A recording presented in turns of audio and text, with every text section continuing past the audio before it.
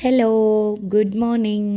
Good morning പറയാൻ കാരണം എന്താ, ഇതെടുക്കുന്നത് ഒരു രാവിലെ 7 മണിക്കാണ് കേട്ടോ. ഇത് ഞങ്ങൾ മമ്മീൻ്റെ റിട്ടയർമെൻറ്റിന് പോകുന്നതിൻ്റെ ഒരു 2-3 ദിവസം മുന്നേ ആയിട്ട് എടുത്തതാണ്. സോ ഇന്നൊരു പരിപാടി എന്താണെന്ന് വെച്ചാൽ സോറോനെ അവരുടെ പെറ്റ് സലൂണിൽ കൊണ്ടുപോയി ഒരു മുട്ടക്കുട്ടിയാക്കണം. കാരണം അവൻ്റെ മേത്ത് ഫുൾ നോട്ട്സ് ആയിട്ടുണ്ട്. അവൻ ചീകാൻ വിടാതെ ആയപ്പോൾ ഫുൾ നോട്ട്സായി. അതുകൊണ്ട് എന്തായാലും അവനെ തൂക്കിക്കൊണ്ടുപോയി ഒരു മുട്ടക്കുട്ടിയാക്കണം. അറിയാം മഞ്ചൂർ പോയാൽ നല്ല തണുപ്പായിരിക്കും എന്ന്, പക്ഷെ വേറെ ഒരു രക്ഷയില്ല. അവനെ കുളിപ്പിക്കുമ്പോഴും ഒക്കെ ഭയങ്കര ബുദ്ധിമുട്ട്, അവനെ ബുദ്ധിമുട്ട്. അതുകൊണ്ട് നമ്മൾ മോർണിംഗ് ജിമ്മിൽ വന്നു. പക്ഷേ ജിമ്മിൽ ആരും ഉണ്ടായിരുന്നില്ല.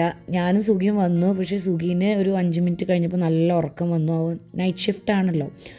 അപ്പോൾ റൂമിൽ പോകുന്നതിന് പകരം സാർ എന്ത് ചെയ്തു നോക്കാം, റൂം വരെ എത്തിയില്ല. അതുവരെ പോകാൻ പോലും പറ്റാതെ സാറ് വന്ന് കാറിൽ കിടന്നുറങ്ങുന്നുണ്ട്. അങ്ങനെ കാറിൽ നിന്നൊക്കെ എണീപ്പിച്ച് ഞങ്ങൾ റൂമിൽ പോയി റെഡിയായി. ഇതാ പെറ്റ് സലൂണിൽ വന്നിട്ടുണ്ട്. ഇവിടെ ഒരു ബോർഡിങ്ങും പെറ്റ് സലൂണും എല്ലാം കൂടെ ചേർന്നിട്ടുള്ള കേട്ടോ. നല്ല സ്ഥലമാണ്, കുഴപ്പമുണ്ടായിരുന്നില്ല. നെക്സ്റ്റ് ടൈം നമ്മൾ ബോർഡിങ് പോലെ നോക്കണമെങ്കിൽ ഇവിടെ ആക്കാമെന്ന് വിചാരിക്കുന്നുണ്ട്. നല്ല ഓണേഴ്സാണ്, പിന്നെ ഫെസിലിറ്റീസ് സൂപ്പറായിട്ടുണ്ട്. ഓരോ ഡോഗ്സിന് സ്പെഷ്യൽ കെയർ, സ്പെഷ്യൽ ടൈമിൽ സെപ്പറേറ്റ് ടൈമിങ്ങിൽ ഫുഡ്, അങ്ങനെയൊക്കെ ആയിട്ട്. ഇത് അവിടെ ഉണ്ടായിരുന്ന അവരുടെ തന്നെ ഡോഗാണ് കേട്ടോ. അവൻ്റെ പേര് ഗോസ്റ്റ് എന്നാണ്. നല്ല ഫ്രണ്ട്ലി, പറഞ്ഞാൽ നല്ല ഫ്രണ്ട്ലിയാണ്. ഈ പഴം കാണിക്കണമെന്ന് വെച്ചാൽ ഞങ്ങൾ വാക്കിങ്ങിന് മോർണിംഗ് പോയപ്പോൾ ഞങ്ങൾക്ക് കിട്ടിയ ഒരു പഴക്കൊലയായിരുന്നു കേട്ടോ. പക്ഷെ അത് ഞങ്ങൾ മഞ്ചൂർ പോകുമ്പോൾ എടുത്തിട്ട് പോവാ പറഞ്ഞിട്ട് മറന്നിട്ട് പോയി. അങ്ങനെ ഇതാ ഞങ്ങൾ മഞ്ചൂരിലേക്ക് പുറപ്പെട്ടു. ഞാനൊരു ഓൾമോസ്റ്റ് ഒരു 8 months കഴിഞ്ഞിട്ടാണ് മഞ്ചൂർ പോണത്. ദീപാവലിക്ക് പോയതാണ്. അത് കഴിഞ്ഞിട്ട് പിന്നെ നമുക്ക് ഫുൾ കല്യാണങ്ങളും അതൊക്കെ ആയിരുന്നല്ലോ. എല്ലാം തിരുപ്പൂർ, കോയമ്പത്തൂർ അങ്ങനെയൊക്കെ ആയതുകൊണ്ട് എല്ലാവരുടെയും നമ്മൾ അവിടെ മീറ്റ് ചെയ്യുന്നുണ്ടായിരുന്നു. അതുകൊണ്ട് മഞ്ചൂർ പോയിട്ടുണ്ടായിരുന്നില്ല. പിന്നെ ലീവും വേണമല്ലോ. ഇപ്പോൾ കുറേ നാൾ കൂടിയിട്ട് പോവാണ് മഞ്ചൂർ. ഞാനും സഞ്ജു ഓൾമോസ്റ്റ് 8 months ആയി. ദീപാവലി ടൈമിൽ എന്തോ പോയതാണ്. അങ്ങനെ ഞങ്ങളിതാ ഏർലി മോർണിംഗ് 6-6:30 പുറപ്പെടണം എന്നൊക്കെ വിചാരിച്ചതായിരുന്നു. പക്ഷെ ഞങ്ങൾ ഇറങ്ങുമ്പോഴത്തേനും ഒരു 7 ഒക്കെ ആയിട്ടാ, 7-7:30 ആയി. പിന്നെ പോണ വഴിക്ക് അങ്ങനെ ബ്രേക്ക്ഫാസ്റ്റൊക്കെ കഴിച്ചു. പക്ഷേ ഒരു കൂറ സ്ഥലത്താണ് ഇത്തവണ നിർത്തിയത്. കൊള്ളില്ലായിരുന്നു. ഗീ റോസ്റ്റിൽ ഫുള്ള് ഓയിൽ ഒഴിച്ചിട്ട്, ഗീ ഒന്നുമില്ല, വെറും ഓയിൽ ഒഴിച്ചിട്ട് തികട്ടി ഒരുമാതിരി ബ്രേക്ക്ഫാസ്റ്റ് ആയിരുന്നു. പിന്നെ ലഞ്ചിന് ഞങ്ങൾ നേരെ പോണത് എവിടെയെന്ന് വെച്ചാൽ സുഖീൻ്റെ ഫ്രണ്ട് ഉണ്ട്, നമ്മുടെ ഫ്രണ്ട് വിഘ്നേഷിൻ്റെ വൈഫ് മധു. അവളുടെ ബേബി ഷവറൊക്കെ കഴിഞ്ഞിട്ടുണ്ടായിരുന്നു, നമുക്ക് പോകാൻ പറ്റിയിട്ടുണ്ടായില്ല. അപ്പോൾ അവളിനൊന്ന് കാണാമെന്ന് പറഞ്ഞിട്ട് അവളുടെ വീട്ടിലേക്കാണ് ഫസ്റ്റ് പോണത്. അപ്പോൾ അവിടെയാണ് നമുക്ക് ലഞ്ച് പറഞ്ഞിട്ടുള്ളത്. അവിടെ പോയി ഞങ്ങൾ ലഞ്ചൊക്കെ സൂപ്പറായി കഴിച്ചു. ചിക്കൻ ബിരിയാണി, ലിവർ റോസ്റ്റ്, അങ്ങനെ അവളുടെ അമ്മ കുറേ സ്പെഷ്യൽ, അച്ഛനും അമ്മയൊക്കെ കുറേ സ്പെഷ്യൽ സാധനങ്ങളൊക്കെ ചെയ്ത് വെച്ചിട്ടുണ്ടായി. പിന്നെ അത് കഴിഞ്ഞിട്ട് എൻ്റെ ഫ്രണ്ട് നുഷ്രത്തിനെ കാണാൻ പോയി. അവളുടെ ഷോപ്പ് ഇനോഗ്രേഷൻ കഴിഞ്ഞിട്ടുണ്ടായിരുന്നു, പോകാൻ പറ്റിയില്ല. അവിടെ ഞാൻ വീഡിയോ ഒന്നും എടുത്തില്ല. ഞങ്ങൾ കുറച്ച് ക്വാളിറ്റി ടൈമൊക്കെ സ്പെൻഡ് ചെയ്തു. അത് കഴിഞ്ഞ് ഞങ്ങൾ സിദ്ധുവിൻ്റെ വീട്ടിൽ പോയി. സിദ്ധുവിൻ്റെ അമ്മേനൊക്കെ കണ്ടിട്ട് കുറേ ആയിട്ടുണ്ടായിരുന്നു. അവരെ കണ്ടിട്ട് ഓൾമോസ്റ്റ് 8 months ആയിട്ടുണ്ടാകും, 8 months അതിന് മേലെ ആയിട്ടുണ്ടാകും. അപ്പോൾ അവിടെയും ഞങ്ങളൊന്ന് കയറി എല്ലാവരോടും ഒരു ഹായ് പറഞ്ഞ്, അതിനൊക്കെ കാണുമ്പോൾ ഒരു സന്തോഷമല്ലേ നമുക്ക്. അപ്പോൾ അവിടെയും പോയി. അങ്ങനെ മൊത്തത്തിൽ പറയുകയാണെങ്കിൽ രാവിലെ ഒരു 7 മണിക്ക് പുറപ്പെട്ട ഞങ്ങൾ ഒരു 10-17 ഓൾമോസ്റ്റ് ഒരു 17-18 hours കാറിൽ തന്നെയായിരുന്നു. കാറ് പിന്നെ ഓരോ വീട്ടിൽ വിസിറ്റ് ചെയ്യുക അങ്ങനെ. മഞ്ചൂരിലേക്ക് ഞങ്ങൾ എത്തുമ്പോൾ 12 AM ആയിട്ടുണ്ടായിരുന്നു കേട്ടോ. 7 AM പുറപ്പെട്ടിട്ട് 12 AM ഞങ്ങൾ മഞ്ചൂർ എത്തുന്നത്. ടയേർഡ് എന്നൊക്കെ പറഞ്ഞാലേ വേറെ മാതിരി ടയേർഡായിരുന്നു. പക്ഷേ നമ്മൾ ഫുൾ ഫങ്ഷൻ മോഡിൽ പോണതുകൊണ്ടും കസിൻസൊക്കെ വരുന്നതുകൊണ്ടും ആ ഒരു എനർജി എവിടെന്നോ വന്നു. അതുകൊണ്ട് തന്നെ ഞങ്ങൾക്ക് ആർക്കും ടയേർഡ്നെസ് ഒന്നും അറിഞ്ഞില്ല കേട്ടോ. സോ ഇതാണ് ഞാൻ നേരത്തെ പറഞ്ഞില്ലേ മധു. സോ ഞാൻ അങ്ങനെ ക്ലോസപ്പ് ഒന്നും എടുത്തില്ല. ലാസ്റ്റ് പോകുമ്പോൾ ഒരു ബൈ പറഞ്ഞു. ഇത് സിദ്ധുവിൻ്റെ വീട്ടിൽ ഉള്ള ക്ലിപ്പ്, ഇത് നിങ്ങൾ കണ്ടു.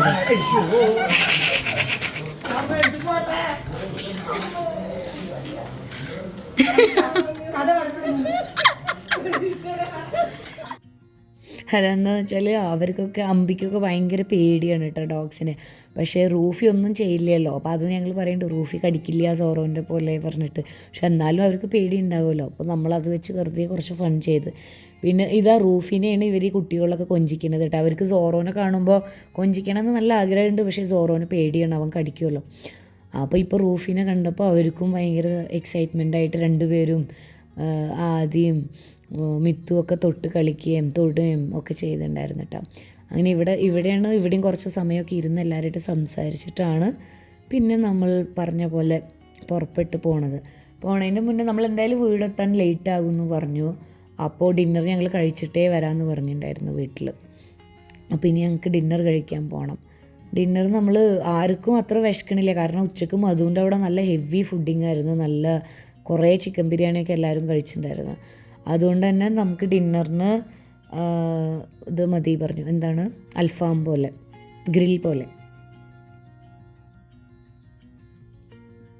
പിന്നെ ഇതിൻ്റെ ഇടയിൽ ഞങ്ങൾ ആതിരനെ ഡ്രോപ്പ് ചെയ്യാൻ പോയിട്ടുണ്ടായിരുന്നു കേട്ടോ. അവിടെ വീഡിയോ ഒന്നും എടുത്തില്ല. ആതിരൻ്റെ വീട്ടിലൊക്കെ പോയി അമ്മേനെയും ചെറിയമ്മേനെയും പിന്നെ മേമ അവളുടെ അനിയൻ അരുണൊക്കെ മീറ്റ് ചെയ്തിട്ടുണ്ടായിരുന്നു.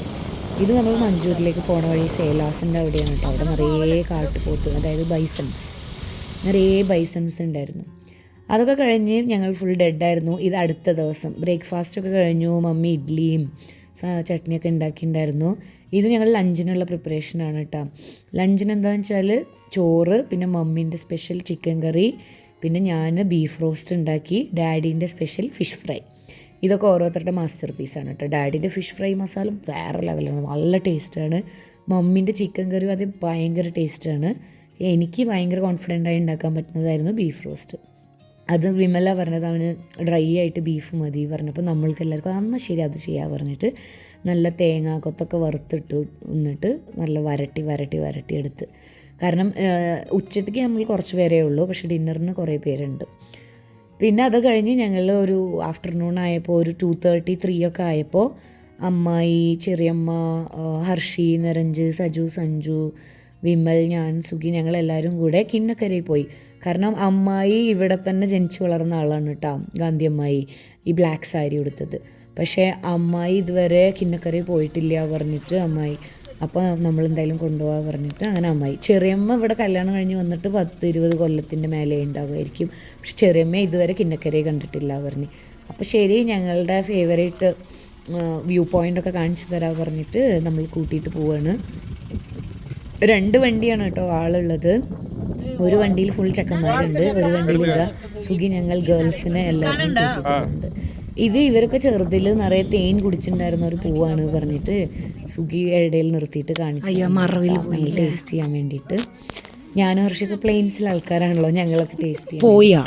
ഇതെന്താ കാണിക്കാൻ ശ്രമിച്ചതെന്ന് വെച്ചാല് ഇവിടെ ഒരു വലിയ അവന്മാരെത്തി, പക്ഷേ അത് ഞങ്ങൾ ക്യാമറ ഒക്കെ എടുത്ത് വരുമ്പോഴത്തേന് കുറഞ്ഞല്ലേ, അത് ചാടി പോയി. അപ്പോൾ അതിനെ ശരിക്കും കിട്ടിയില്ല. പിന്നെ ഇത് ഞങ്ങളുടെ വ്യൂ പോയിന്റിലെ ഫസ്റ്റത്തെ സ്പോട്ടാണ്. ഇവിടെ കുറച്ചൊക്കെ താഴെ ഇറങ്ങി പോകാൻ പറ്റും. ഫുള്ളൊന്നും ഇത്തവണ ഞങ്ങൾ ഇറങ്ങിയില്ല, കാരണം ഒന്നാമത് അമ്മായിക്കും ചെറിയമ്മക്കൊക്കെ നല്ല പേടിയായിരുന്നു. നിങ്ങൾ ഇറങ്ങില്ല മക്കളെ പറഞ്ഞിട്ടിരിക്കുന്നുണ്ടായിരുന്നു. അപ്പോൾ ഇത് കുറച്ചൊരു ചെറിയ കുഞ്ഞ് ഹൈക്കിംഗ് പോലെ പോയിട്ട് വേണം ഈ ഒരു സ്പോട്ടിൽ എത്താനിട്ടാ. കാണിച്ചു തരാം. ഞങ്ങൾ വണ്ടി എവിടെ നിർത്തിയിട്ടാണ് കുറച്ച് നടന്നു വന്നെന്നുള്ളത് ഞാൻ ഇതിൽ കാണിക്കാം. അപ്പോൾ ഹർഷീനെ ഞങ്ങൾ ഫസ്റ്റ് ടൈമാണ് ഇവിടെയൊക്കെ കൊണ്ടുവരുന്നത്. അപ്പോൾ അവളും ഫുൾ പേടിയുണ്ട്, പക്ഷെ അവൾ പറഞ്ഞ് അത് നന്നായിട്ടുണ്ട്, സൂപ്പറായിട്ടുണ്ട് പറഞ്ഞ് അവളും നിറയെ എൻജോയ് ചെയ്തിട്ടുണ്ടായിട്ടാണ്. എനിക്ക് സൗണ്ട് ഇല്ല കേട്ടോ തീരെ, കാരണം ഇതൊക്കെ കഴിഞ്ഞ്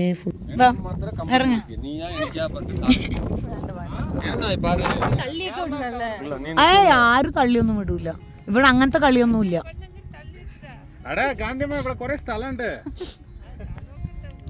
പേടിച്ചിരിക്കുന്ന ഞങ്ങളുടെ കാരണവന്മാര് ആള് വേണല്ലേ.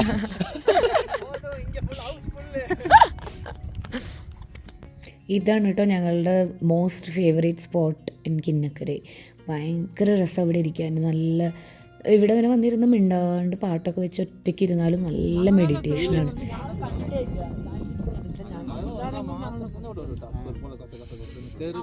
അന്ന് ഞങ്ങൾ മഴയത്ത് പിക്നിക് പറഞ്ഞിട്ട് വന്നിരുന്ന് ഞങ്ങളെല്ലാം വിരിച്ച് കഴിക്കാൻ, പക്ഷെ വീഡിയോ എടുക്കാൻ തുടങ്ങിയിട്ടുള്ളൂ.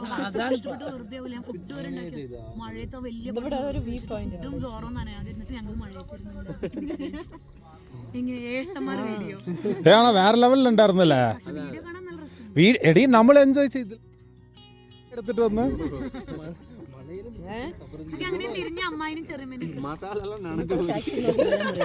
കിണ്ണക്കര ഫാക്ടറി നോക്കിട്ടാ ഇവരിനൊക്കെ ഇവിടെ കൊണ്ടുവന്നപ്പോഴും നമുക്ക് ഭയങ്കര സന്തോഷമായിട്ടാണ്. അവരുടെ നാടാണ്, പക്ഷേ അവർ കണ്ടിട്ടില്ല. നമ്മളങ്ങനെ തന്നെയല്ലേ, നമ്മളുടെ നാട്ടിലുള്ള ടൂറിസ്റ്റ് സ്പോട്ടുകളൊന്നും നമ്മൾ പോയി നോക്കില്ല, അതാരെങ്കിലുമൊക്കെ കൊണ്ടുപോകണം നമ്മളിനെ. അതേപോലെ ഇതേ വണ്ടി എവിടെ കിടക്കണമെന്ന് കണ്ട, കാർ അവിടെ നിർത്തിയിട്ടാണ് നമ്മളിങ്ങനെ നടന്ന് വന്ന് ഈ ഒരു കുഞ്ഞി മലയൊക്കെ കയറിയിട്ട് ഈ ഒരു സ്പോട്ടിലേക്ക് എത്തിയത്. എത്ര ദൂരെയെന്ന് കാണുന്നുണ്ടോ? പിന്നെ ഇവിടെ ഞങ്ങൾ കുറച്ച് സമയമൊക്കെ സ്പെൻഡ് ചെയ്തിട്ട് ഇവിടെ ഒരു ഡെഡ് എൻഡ് ഉണ്ട് കേട്ടോ, തമിഴ്നാടിൻ്റെ ഇരിസിഗൈ പറഞ്ഞിട്ടൊരു വില്ലേജ്. ആ വില്ലേജ് നോക്കാൻ വേണ്ടി പോയതാണ് ഞങ്ങൾ, അമ്മായിക്ക് ഇവർക്ക് കാണിക്കാൻ. പക്ഷെ അവിടെ നോ എൻട്രി ഇട്ടുണ്ടായിരുന്നു വേറെ വെഹിക്കിൾസിനൊക്കെ, അപ്പോൾ അവിടെ പോയില്ല. തിരിച്ചു വന്നിട്ട് കിന്നക്കരയിലെ ഞങ്ങൾ അവിടെ ഒരു വില്ലേജിൻ്റെ സ്ഥലം ഉണ്ടാവില്ല, അവിടെ നിർത്തിയിട്ട് ചായ എല്ലാം കുടിച്ച് എല്ലാവരും കുറച്ച് നേരം ടൈം സ്പെൻഡ് ചെയ്തു. അപ്പോൾ ഞങ്ങൾ കിന്നക്കര വ്യൂ പോയിൻ്റ് മുതൽ കാണുന്ന ഒരു ടീം ഉണ്ടായിരുന്നു കേട്ടോ. അവർ മലപ്പുറത്തു നിന്നുള്ളായിരുന്നു. 4 പേരെന്തോ ഉണ്ടായിരുന്നു, ഒരു കാറും ഒരു ബൈക്കും. അങ്ങനെ ചുമ്മാ പറയോ, സബ്സ്ക്രൈബ് ടു ചായയും കാപ്പിയും പറയും. ചായയും കാപ്പിയും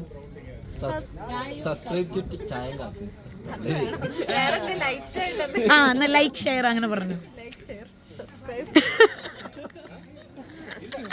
പാവോ, താങ്ക് യു.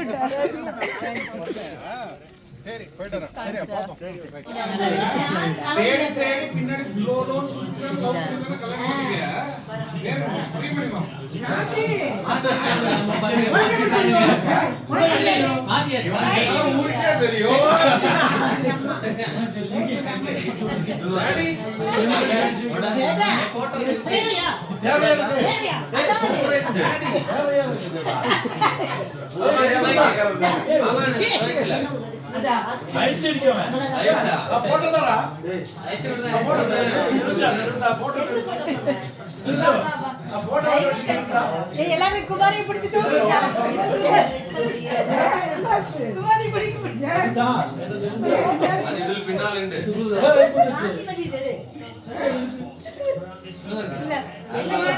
എന്നിട്ട് അടുത്ത്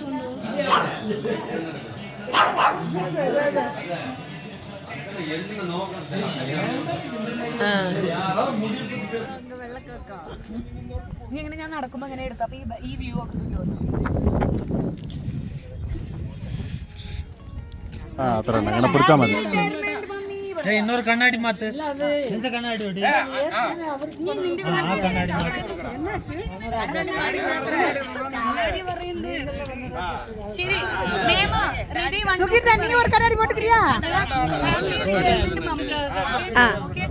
പോയിട്ടേ തന്നെ ഇരിക്കണേ.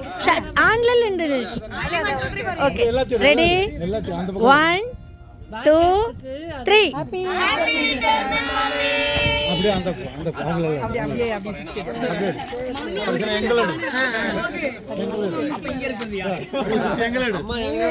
அந்த കണ്ടന്റ് മേക്ക്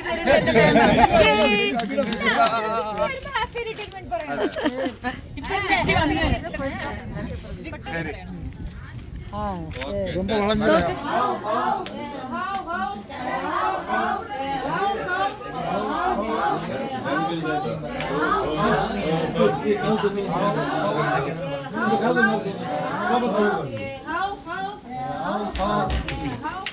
അങ്ങനെ മമ്മീൻ്റെ റിട്ടയർമെൻറ്റ് ഫംഗ്ഷനൊക്കെ കഴിഞ്ഞിട്ട് മമ്മീനെ ഒരുപാട് ഞങ്ങൾ സെലിബ്രേറ്റ് ചെയ്തു കേട്ടോ സത്യത്തിൽ.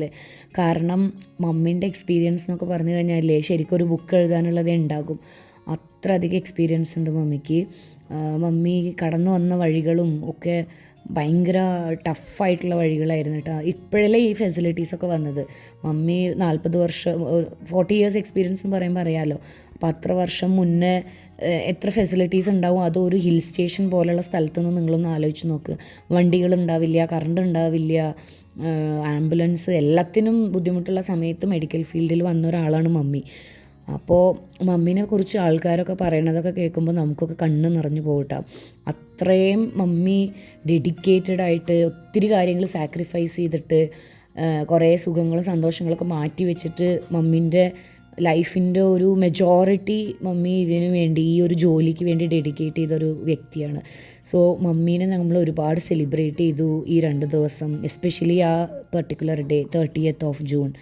അങ്ങനെ മമ്മീൻ്റെ റിട്ടയർമെൻറ്റൊക്കെ നമ്മൾ ഗ്രാൻഡായിട്ട് ആഘോഷിച്ചിട്ട് തിരിച്ച് ബാംഗ്ലൂരിലേക്ക് പോകുന്നതാണ് കേട്ടോ. ഇനി ഉടനെ തന്നെ ഞങ്ങൾ ഡാഡീൻ്റെ റിട്ടയർമെൻറ്റ് വീഡിയോ ആയിട്ട് വരുന്നതായിരിക്കും. ജൂലൈയിലാണ് ഡാഡി റിട്ടയർ ആവുന്നത്, രണ്ടുപേരും 1 month ഗ്യാപ്പിൽ. അപ്പോൾ അതുവരയ്ക്കും tata, bye bye, stay tuned, love you all, bye by.